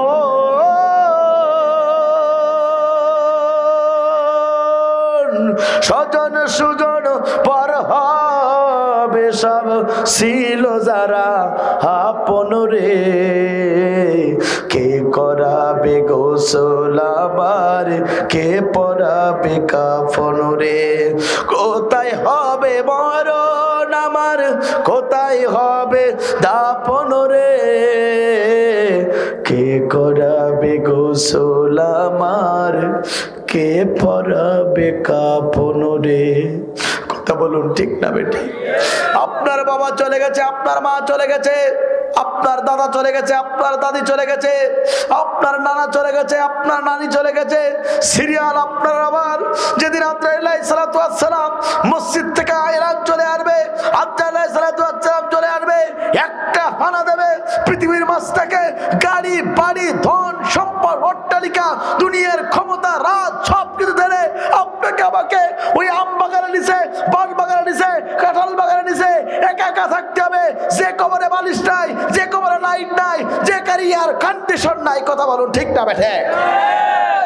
আপনি আমাকে একা থাকতে হবে। প্রিয় উপস্থিতি, দুনিয়ার শয়তানের প্রবঞ্চনা পরে আপনি ইসলামের বিরোধিতা করেন, দুনিয়ার সবচেয়ে ইসলামকে ভালোবাসেন না, খারাপ সবচেয়ে ইসলামকে বিপদকে কথা বলেন। আপনার আমার মৃত্যু যে করে এসে যাবে, এই কবরে কেউ থাকবে না, আপনার ভাই আপনাদের উপকার করতে পারবে না, আপনার হিসাব আপনাকেই দিতে হবে। সুতরাং বড় ভাইয়ের কথা শুনে কেন এই পৃথিবীতে অত্যাচার করো? বড় ভাই থাকে ঢাকায়, তুমি থাকো জমিনে, বড় ভাই থাকবে কবরে, তোমার অবস্থা কি হবে? কথা বলুন ঠিক না বেটি? এই জন্য আল্লাহর ইসলাম মানার দরকার আছে না নাই? বিশ্বনবীর প্রিয় সাহাবী আব্দুল্লাহ ইবনে হুযাফার শেষ জীবনে বলার জন্য চেষ্টা করব, তবে মা বোনদের সম্পর্কে কিছু বলা দরকার। কথা বলুন ঠিক না বেটি? প্রিয় উপস্থিতি, ইসলামের জন্য মা বোনদের অবদান কম নয়। এই পৃথিবীর ইসলামের জন্য সবচেয়ে রসুলকে সাহায্য করেছেন রসুলের প্রিয়তম স্ত্রী, নাম তার ছিল খাদিজা। চিৎকার করে বলেন আল্লাহু আকবার। বিশ্বনবী বয়স 25, খাদিজার বয়স 40, 15 বছরের ডিস্টেন্স, বিবাহ হয়ে গেল। সমাজে সবাই বলল একজন বয়স্ক মহিলার সাথে বিশ্বনবী বিবাহ করলো। প্রিয় উপস্থিতি, বিশ্বনবী বিবাহ হয়েছিলেন দুনিয়ার কেউ নয়, এটা আল্লাহর পক্ষ থেকে ঘোষণার কারণে। কথা বলুন ঠিক না বেঠিক? আমার প্রিয় উপস্থিতি, বিবাহ হয়ে গেল, সব জায়গায় লুটে গেল। মোহাম্মদের সম্পদ কম, মোহাম্মদ এতিম, কিছুই নেই। খাদিজা ধনী, খাদিজার সাথে বিয়ে হলো। খাদিজাকে অনেক সমাজে কটূক্তিমূলক কথা বলল। একদিন বিশ্বনবীকে গভীর রজনীতে বিশ্বনবীকে ডাকলেন, খাদিজা, ইয়া রাসূলুল্লাহ, চিৎকার করে বলেন আল্লাহু আকবার। খাদিজা নবীকে সম্মানের সাথে ডাকতেন। আর আজকাল মেয়ে ছেলেপেলেরা স্ত্রী স্বামীকে সম্মান দেয় না, ঘরের ভিতরে যেন জাহান্নাম। আটকায় পিটায়। খাট যদি বাবার বাড়িতে একটা নিয়ে আসে, কয় এটা আমার বাপের টাকার খাট, নিচে শো। কথা বলেন ঠিক না বেঠিক? আপনাদের এলাকা হয় না, আমাদের এলাকা বেশি হয়। আমার শ্বশুর বাড়ি যশোর, তো এই জন্য বুঝতেই পারছি। কথা বলুন ঠিক না বেঠিক? অবস্থায় বাবার বাড়ির টাকা, বাবার বাড়ির চাউল সব বাবার বাড়ি হলে সারা জীবন টাকা দিলে বাবার বাড়ি 1 টাকা শোধ হবে না। আমি একটু কষ্টের কথা বলি। একদিন বিয়ের পরে আমি এসেছিলাম বেকার কমিটির সভাপতি ছিলাম আমি। টাকা নেই, পয়সা নেই, কিচ্ছু নেই। আপনাদের এলাকার সবার পরিচিত ব্যক্তি অধ্যাপক মাওলানা তৈবুর রহমান, আমার আপন খালু শ্বশুর, অর্থাৎ নানা শ্বশুর বাড়ি এই সামনে, নিজাম মোল্লা সারাপুর। উপস্থিতি, আমি বেকার কমিটির সভাপতি। বিবাহ দল নিজাম মোল্লা নাতনির সাথে আমার বিবাহ হয়ে গেল। হওয়ার পরে কিছু টাকা নিলাম। কিছুদিন আগে একদিন একটু ঝামেলা বাঁধলো, বাঁধার পরে কষ্ট ওই যে টাকা পাবো। তার মানে সব জায়গায় এই কথা আছে। আমি এত টাকা দিলাম, যত টাকা নিয়ে যাই সব বলো ওখানে ওই ব্যাংকে রাখি, টাকা হিসাব নেই, যা আছে সব ওখানে থই, আমার মতন ঘুম। তারপরে ওই টাকা শোধ হয় না। এলাকায় আছে না নাই? দুনিয়াদারি দেবেন, কিন্তু বাবার বাড়ির 1 কেজি চাউলের দাম আর শোধ হয় না। কথা বলুন ঠিক না বেঠিক? এখন খাদিজা যখন এই কথা শুনলেন, বিশ্বনবীকে ডাকলেন, ইয়া রাসূলুল্লাহ হাবিবাল্লাহ। কত সম্মান! আমার শাশুড়িদেরকে লক্ষ্য করে বলছি, আপনারাও আমার শ্বশুরদেরকে সম্মান দিয়ে কথা বলবেন। স্বামীদেরকে সম্মান দিলে স্ত্রীদেরকে ভালোবাসেন স্বামী 100%। কথা বলুন ঠিক না বেঠিক? আপনি আপনার হাজব্যান্ডকে, আপনি আপনার স্বামীকে ভালোবাসুন, আপনার স্বামী জীবনেও কোনোদিন কারোর সাথে পরকীয়া করবে না। পরকীয়া 5টা কাজ করলে তার স্বামী কখনো পরকীয়া করতে পারে ইনশাআল্লাহ বলার জন্য চেষ্টা করব। প্রিয় উপস্থিতি, তো খাদিজা ডাকলেন, ডেকে বলেন, ইয়া রাসূলুল্লাহ, আমার স্থাবর অস্থাবর যত সম্পত্তি আছে আজ থেকে আপনার জন্য দিয়ে দিলাম। চিৎকার করে বলেন আল্লাহু আকবার। বলছি, ইয়া রাসূলুল্লাহ, এখন সম্পদের মালিক কে? বলছে আমি। গরিব কে? তুমি। ইয়া রাসূলুল্লাহ, আপনি খুশি? জি। বিশ্বনবীর খাদিজার সমস্ত সম্পদগুলো ইসলামের জন্য তিনি বিলীন করে দিয়েছিলেন। চিৎকার করে বলেন আল্লাহু আকবার। আয়েশা তার কুমারীতম স্ত্রী একদিন বললেন, বিশ্বনবী খাদিজার কবরের পাশে গিয়ে দোয়া করছেন।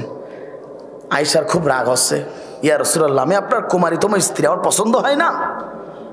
বলছে, আয়েশা তুমি আমার সুদিনের স্ত্রী, আর আমার খাদিজা হচ্ছে দুর্দিনের স্ত্রী। চিৎকার করে বলেন আল্লাহু আকবার। উপস্থিতি, সেই খাদিজা যখন মৃত্যুবরণ করতেছেন, রাসূলের কাছে 3টা জিনিস চাচ্ছেন। কয়টা? আর দেখেন আমার শাশুড়িটা আপনাদের কাছে কি চায়। আমার বন্ধুরা, খাদিজা যখন মৃত্যুবরণ করবেন তার 6 দিন আগে মাগরিবের সময় সালাতটা আদায় করে বিশ্বনবী ঘরে থাকলেন।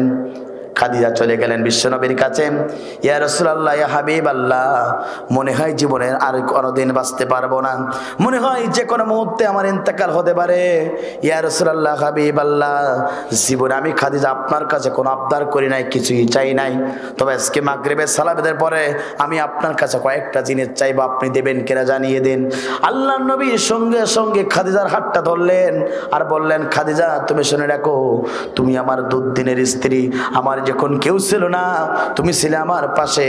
ও খাদিজা শুনে রাখো, তুমি আজকে নবীর কাছে যা চাইবে আখেরি জামানার নবী তোমার জন্য সেই ওয়াদা পূরণ করবে। একবার জোরে জোরে বলুন আল্লাহু আকবার। বিশ্ব নবীর স্ত্রী খাদিজা বললেন, ইয়া রাসূলুল্লাহ, ইয়া হাবিবাল্লাহ, প্রথম নম্বর চাওয়া হলো, আমি যখন মৃত্যুবরণ করব আপনার দেহের যে পাঞ্জাবিটা আছে, আপনার দেহের জামাটা আছে, আপনি আমাকে দিবেন কিনা জানিয়ে দিন। আল্লাহ নবী সঙ্গে সঙ্গে বললেন, ও খাদিজা তুমি শুনে রাখো, আমার যে দেহের ভিতরে যে ভালো জামাটা আছে এটা তোমার জন্য মৃত্যুর পরে আমি ওই অর্থাৎ উৎসর্গ করব। একবার জোরে জোরে বলুন আল্লাহু আকবার। বিশ্ব নবীকে এবার বললেন, খাদিজা তুমি আমার কাছে পাঞ্জাবি চাইলে পাঞ্জাবি দেব, তবে এই জামা গায়ে তুমি কি করবে? চোখের পানি ছেড়ে দিয়ে খাদিজা বললেন, ইয়া রাসূলুল্লাহ, হাবিবাল্লাহ, আমি যদি নবীর দেহের জামাটা যদি পরে যদি আমি মৃত্যুবরণ দাপন ব্যবস্থা হয়ে যায়, আমি খাদিজা আমার বিশ্বাস হলো ওই কবরের ভিতরে নবীর জামাটা পরার কারণে আমার আযাব হবে না, এই জন্যে আপনার কাছে আপনার জামাটা চেয়েছি। একবার জোরে জোরে বলুন আল্লাহু আকবার। বিশ্বনবী বললেন, প্রথম নম্বর পাস। দ্বিতীয় নম্বর চাওয়া হলো, ইয়া রাসূলুল্লাহ, হাবিবাল্লাহ, আমি যখন মৃত্যুবরণ করব আপনার জামা দিয়ে আমার দাফন করে দিলেন, কবরে পর্যন্ত আপনি আপনি আমার জানাজার ব্যবস্থা গ্রহণ করবেন। আল্লাহ নবী বললেন অবশ্যই তোমার জানাজা আমি পড়াই দেব। দ্বিতীয় নম্বর সত্য পূরণ হয়ে গেল। তৃতীয় নম্বর হলো ইয়া রাসূলুল্লাহ হাবিবাল্লাহ, সকলেই যখন চলে যাবে, সকলেই যখন কবরের পাশ থেকে চলে যাবে, ইয়া রাসূলুল্লাহ হাবিবাল্লাহ, তখনই আপনি আমার কবরের পাশে থাকবেন। আল্লাহ নবীর স্ত্রী যখন রাসূলকেই বললেন, খাদিজাকে বললেন, খাদিজা সকল যখন চলে যাবে তখন আমি কবরের পাশে থাকলে তোমার কি উপকার হবে? আল্লাহ নবীর স্ত্রী খাদিজা বললেন, এ রাসূলুল্লাহ হাবিবাল্লাহ, আমার মনের ইচ্ছা হলো সকলে যখন চলে যাবে আপনি যখন কবরে থাকবেন সেই সময় আমার কবরের 3টা প্রশ্নের জবাব আপনি দিয়ে দেবেন, যাতে করে আমার কবরটা আমার জন্য সহজ হয়ে যায়। একবার জোরে জোরে বলুন আল্লাহু আকবার। বিশ্বনবী বললেন ঠিক আছে, 3টা ওয়াদা তোমার পূরণ করিয়ে দেব। আল্লাহ নবীর স্ত্রী 6 দিন পরে দুনিয়ার মাঝে ইন্তেকাল করলেন। নিজের দেহের জামাটা সবচেয়ে ভালোটা দিয়ে দিলেন দাফনের জন্য। দাফন কার্য হয়ে গেল, নিজে ইমামতি করলেন, জানাজার ব্যবস্থা হয়ে গেল, দাফন কার্য শেষ হয়ে গেল, কবরের ভিতরে রাখলো, সকলেই চলে গেল। বিশ্বনবী কবরের পাশে থাকলেন। রাসূলের সাহাবায়ে কেরাম, ইয়া রাসূলুল্লাহ হাবিবাল্লাহ বাড়ি দেখে চলুন, চোখের পানি ছেড়ে দিয়ে টপ টপ করে চোখের পানি অর্থাৎ দাড়ি মোবারক বেয়ে বেয়ে পড়ে আর বলে, ও আমার সাহাবায়ে কেরামরা তোমরা চলে যাও, তোমরা চলে যাও, আমার খাদিজার মহব্বতে আমি কবর ছাড়তে পারি না। আমার খাদিজা আমার ইসলামের জন্য সবচেয়ে টাকা উৎসর্গ করেছে, সম্পদ দিয়েছে। খাদিজা আমার বিপদের দিনের সাথে, আমি যখন হেরা গোয়াতে ছিলাম আমার খাদিজা উঠিয়ে নিয়ে আমার জন্য কত যাওয়ার রহমতের পদতলে দাঁড়িয়েছে, উঠেছে, কত কষ্ট করেছে। ও আমার সাহাবায়ে কেরামরা তোমরা সরে যাও, যাও, আমি নবী খাদিজার কবরের পাশে দাঁড়াতে চাই। একবার জোরে জোরে বলুন আল্লাহু আকবার। আমার বন্ধুরা বিশ্বনবীর এই দোয়া করলেন, আল্লাহ পাক খুশি হয়ে গেল। সঙ্গে সঙ্গে মুখটা কিবলার দিকে দেয়, কিন্তু মুখটা আল্লাহর দিকে দেয়, মুখটা আল্লাহর কিবলার দিকে পাঠায়, কিন্তু সেটা সঙ্গে সঙ্গে আসমানের দিকে চলে যায়। বিশ্বনবী জিব্রাইল কিছুক্ষণ পরে আসলেন, বিশ্বনবীকে বললেন, ও নবী তুমি চিন্তা করো না, তুমি চিন্তা করো না, খাদিজার জন্য আল্লাহ পাক সালাম পাঠিয়েছে। একবার জোরে জোরে বলেন আল্লাহু আকবার। খাদিজাকে এত ভালোবাসলো আল্লাহ, রাসূল ভালোবাসলো, আল্লাহ পাক তাকে সালাম দিয়েছিল। আমার মা বোনদেরকে বলতে চাই, রাসূলের স্ত্রী রাসূলের কাছে 3টা দিনে চাইলো, আপনি এই দুনিয়ার সম্পদ চাই নাই, কিছুই চাই নাই, চেয়েছিল রাসূলের জামা। তুমিও ঠিক এইভাবে যদি স্বামীর আবদার করো, সবচেয়ে ভালো আমার জন্য, ইসলামের জন্য, কোরআনের জন্য উপকার হয় সেই জিনিসগুলো নিয়ে আসবা। কথা বলুন ঠিক না বেটে? মা বোনদেরকে বলতে চাই, নিজের স্বামীর কাছে বড় বড় টাকা অ্যামাউন্ট দাবি করবেন না। যতটুক শাড়ি কিনে দেয়, যতটুক আপনার জন্য 3 পিস কিনে দেয়, যতটুক যা কিনে দেয় সন্তুষ্ট থাকুন। তোমার বাড়ির উপরে বরকত দান করবেন তিনি কে? জোরে বলেন তিনি কে? এই জন্য মা বোনদেরকে বলতে চাই, স্বামী খেদমত করুন, ইসলামের পক্ষে থাকুন, কোরআনের পক্ষে থাকুন, ইসলামের পক্ষে আন্দোলন করুন। সামনে রমজান মাস, রমজান মাসে রোজা রাখুন, 5 ওয়াক্ত নামাজ পড়ুন, ইসলামের পক্ষে থাকুন, কোরআনের পক্ষে থাকুন। আমার মা বোনেরা, তোমাদেরকে খাদিজার মতন সম্মানিত করবেন তিনি কে? সে আল্লাহ পাক। আছে না নাই? জোরে বলেন আছে না নাই? কিন্তু কি আর বলবো ভাই, দেশটা নষ্ট করলো স্টার জলসার জি বাংলায়। কথা বলুন ঠিক না বেঠিক? স্টার জলসাগার জি বাংলা নষ্ট করলো আমার সোনার বাংলা। বোঝে না সে তো বোঝে না, ওরে ভালো মন্দ সে তো খোঁজে না। স্টার জলসাগার জি বাংলা নষ্ট করলো আমার সোনার বাংলা। কথা বলুন ঠিক না বেঠি? এই জীবনের মালিককে, উলিন্না সলাতি ওয়া নুসুকি ওয়া মাহইয়ায়া ওয়া মামাতি লিল্লাহি রাব্বিল আলামিন, আমার নামাজ, আমার কুরবানি, গোটা সবকিছু এক আল্লাহ তাআলার জন্য। কোন যুবকদা এতিমের মতন কলেজের সামনে গিয়ে বসে থাকে, আছে না নাই? আল্লাহ আল্লাহ আমরা তোমারি বান্দা, প্রভু তোমায় ছাড়িব না, তোমায় ভুলিব না, তোমারি রহম দাও না। আল্লাহ আল্লাহ আমরা তোমারি বান্দা, জীবন আমার তোমার হাতে, মরণ হাতে আমার, তুমি ছাড়া নেই কেউ পৃথিবীতে। প্রভু তোমায় ছাড়িব না, তোমায় বলিব না, তোমারই রহম দাও না। আল্লাহ আল্লাহ আমরা তোমারই বান্দা। কথা বলুন ঠিক না বেঠিক? বান্দা কার? ওই মোবাইলে সব শেষ। SMS না দিলে, রাত 12টা পরে টুনির সাথে কথা না বললে ঘুম হয় না, এমন এতিম আছে না নাই? হে মোবাইল আসিল কি তোলা লাগিল, পড়ালেখা মন বসে না। হায়রে মোবাইল আসিল কি তোলা লাগিল, পড়ালেখা মন বসে না। ও রাত 12টার পরে টুনি যখন SMS করে, চোখের পাতায় থাকে না। সারা রাত SMS করিয়া ফজরের ঘুম যে সোনার ভাঙ্গে না। মোবাইল আসিল কি তোলা লাগিল, পড়ালেখা মন বসে না। আগে একটা সিম দুটো সিম হলে ভালো হতো, এখন অনেকের কাছে অনেক সিম। কেউ ইমোতে কথা বলে, কেউ হোয়াটসঅ্যাপে, কেউ সরাসরি। মাথা খারাপ। কথা বলুন ঠিক না বেঠিক? ও মোবাইলের ঠেলা, প্রেম প্রীতির মেলা, এখন আর মনিহারের সিনেমা ঘর লাগে না। বিছানায় বসিয়া কানে ফোন লাগাইয়া, বিছানায় বসিয়া কানে ফোন লাগাইয়া কয় শোনা বন্ধু মোরে ভইল না। মোবাইল গাছিল কি তোলা লাগিল, পড়ালেখায় মন বসে না। কথা বলুন ঠিক না বেঠি? কিন্তু কলিজার টুকরা যুবকেরা, তোমরা সঞ্চাল চৌধুরী সে সাদা সাদা কালার পেছনে না ঘুরে ঘুরে নামাজের পেছনে ঘোরার দরকার আছে না নাই? কারা কারা 5 ওয়াক্ত নামাজ পড়তে চান দু হাত তুলে আল্লাহকে দেখান। লিল্লাহে তাকবীর, লিল্লাহে তাকবীর।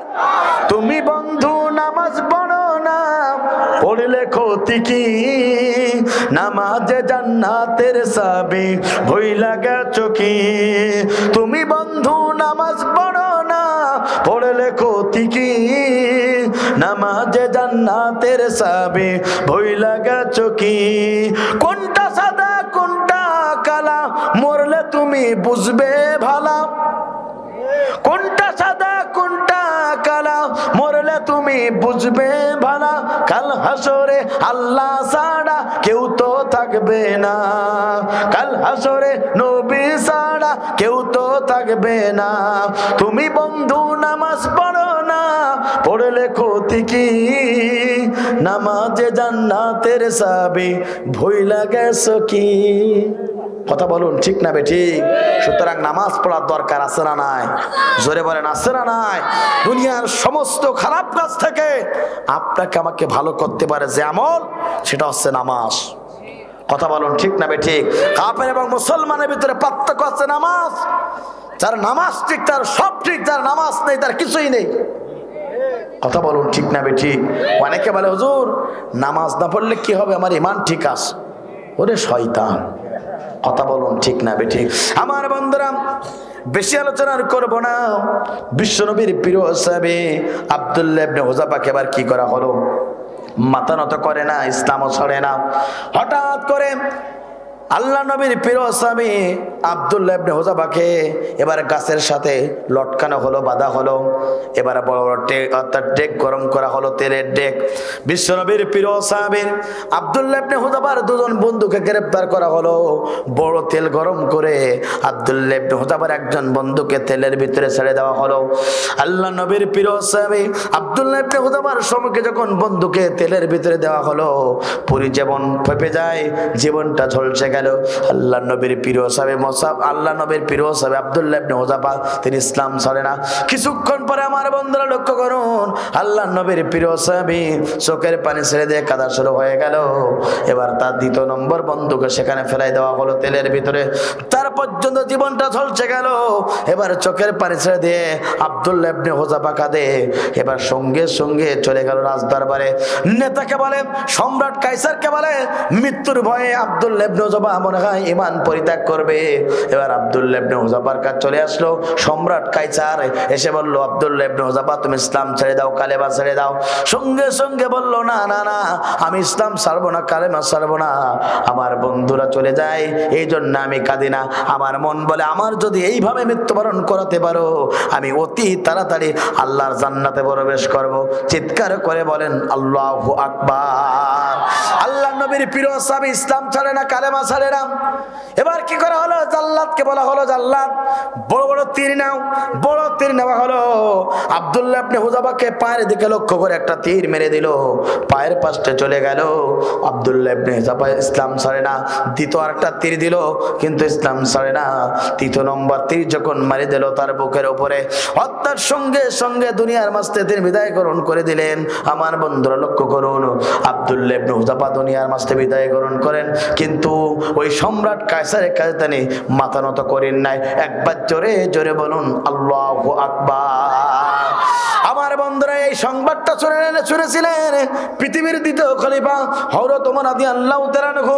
যখন তার দরবারে এই ঘটনা চলে আসলো আমার বন্ধুরা সঙ্গে সঙ্গে ওমর বলল আজকে যদি আব্দুল্লাহ ইবনে হুযাফা যদি বেঁচে থাকতো তাহলে আমি ওমর আমার মুখ দিয়ে আমার ঠোঁট দিয়ে আমি আব্দুল্লাহ ইবনে হুযাফার কপালে চুম্বন করে দিতাম। একবার জোরে জোরে বলুন আল্লাহু আকবার। নবীর সাহাবীরা ইসলাম ছাড়েন নাই, কালেমা ছাড়েন নাই। সুতরাং আপনি আমি যদি সেই ইসলাম মানতে পারি দুনিয়াও টেনশন হওয়া লাগবে না, আখিরাতেও টেনশন হওয়া লাগবে না। আর আপনি আমি যদি এই দুনিয়ার ইসলামকে ডাইভার্ট করে চলি আপনি মৃত্যুর পরে সবচেয়ে ক্ষতিগ্রস্ত ব্যক্তি হবেন। সেদিন এই ইসলাম মানার দরকার আছে না নাই? সুতরাং জীবন থাকবে যতদিন কোরআনের ইসলাম মানবেন কারা কারা? দুহাত তুলে আল্লাহকে দেখিয়ে দেই তারা তারা লিল্লাহে তাকবীর, লিল্লাহে তাকবীর। ইনশাআল্লাহ এক দ্বিতীয় নম্বর পয়েন্ট হলো যারা এই পৃথিবীতে যারা শিরকের সাথে লিপ্ত থাকবে, যারা শিরকের সাথে লিপ্ত থাকবে মৃত্যুর পরে তারা ক্ষতিগ্রস্ত হবে। এই কথা আমার না আল্লাহর। জোরে বলেন আল্লাহর। কথা বলুন ঠিক না বেঠিক? কথা বলুন ঠিক না বেঠিক? উপস্থিতি আপনাকে সিদ্ধান্ত গ্রহণ করতে হবে। যদি আপনার যে দরবারে কোরআন দিয়ে চলে সেই দরবারে আপনি যাবেন, যে না দরবারে নামাজের আইন আছে সেখানে যাবেন। কথা বলুন ঠিক না বেঠিক? ধরো কলকি মারো টান গাঞ্জা বাবারা শেখান বাবা আমার কিন্তু আইতেছে। কথা বলুন ঠিক না বেঠিক?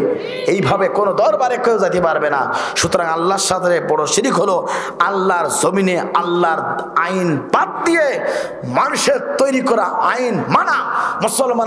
মুসলমান সন্তান আল্লাহর সাথে সবচেয়ে বড় শিরক করে।